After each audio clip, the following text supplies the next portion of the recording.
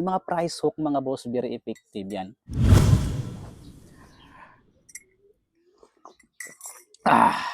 Dalawang bagay lang ang pinaka-importante mong tandaan kapag ikaw ay gagawa ng video. Una is yung intro mo. Pangalawa is yung closing mo. Dapat yung intro mo ay may hook yan.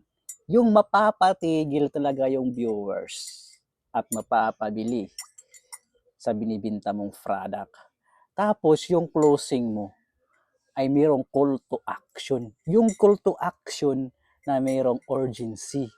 Halimbawa ng call to action na mayroong urgency.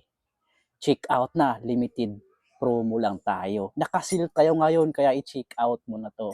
At halimbawa naman ng hook mga boss na para sa akin effective siya gamitin.